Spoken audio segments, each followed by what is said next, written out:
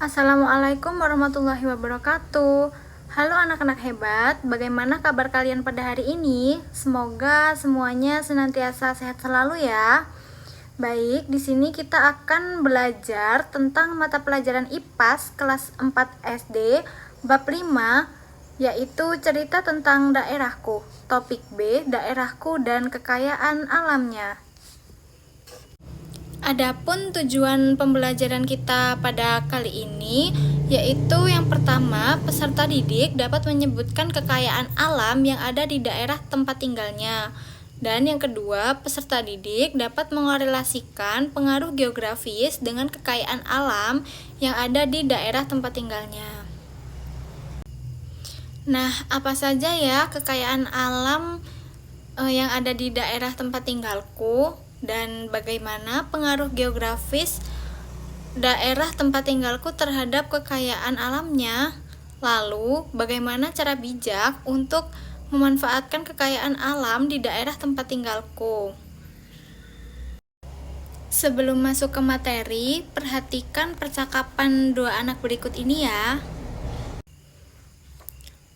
Pasar di sini unik ya, semua yang dijual di sini asli dari daerah sini loh. Dan karena dekat juga dengan gunung, daerah kita mudah juga mendapatkan berbagai macam hasil pertanian dan perkebunan.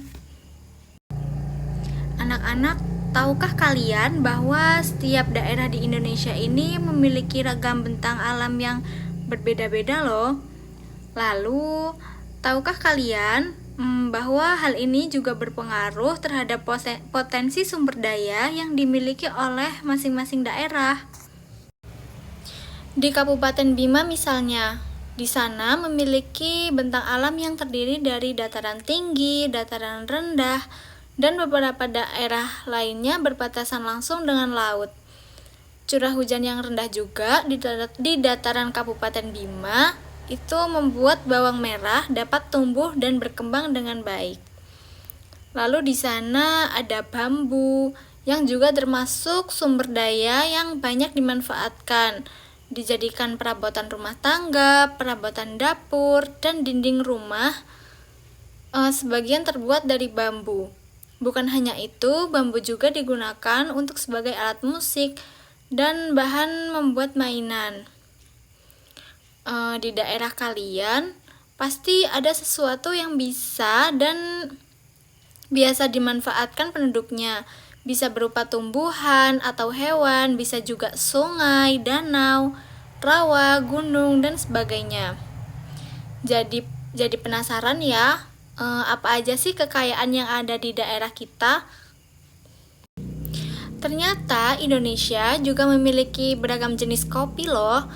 Ada kopi Aceh Gayo, kopi Toraja, kopi Papua Wamena, kopi Kinatami Bali, kopi Flores, kopi Ijen Raung, kopi Rangsang Meranti Riau, dan masih banyak lagi.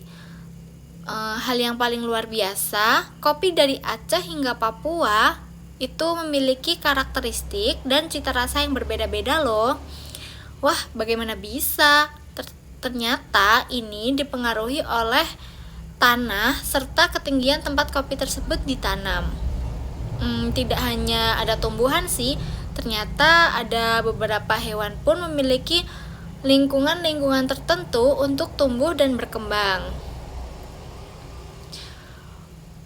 Karena itu sebabnya di beberapa daerah kita mudah menemukan ikan emas, tapi di daerah lainnya kita hanya menemukan ikan bandeng.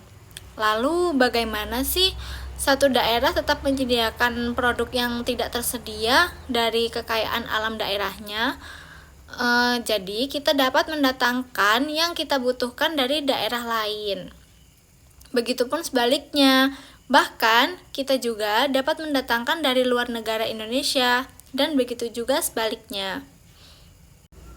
Jadi dapat kita simpulkan bahwa setiap daerah di Indonesia ini memiliki kekayaan alam yang beragam seperti hasil pertanian, perkebunan, perikanan, peternakan, dan tambang.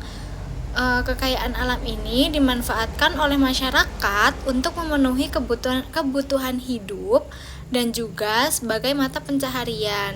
Selain itu, kekayaan alam harus kita jaga dan dimanfaatkan secara bijak agar tetap lestari dan dapat digunakan oleh generasi berikutnya.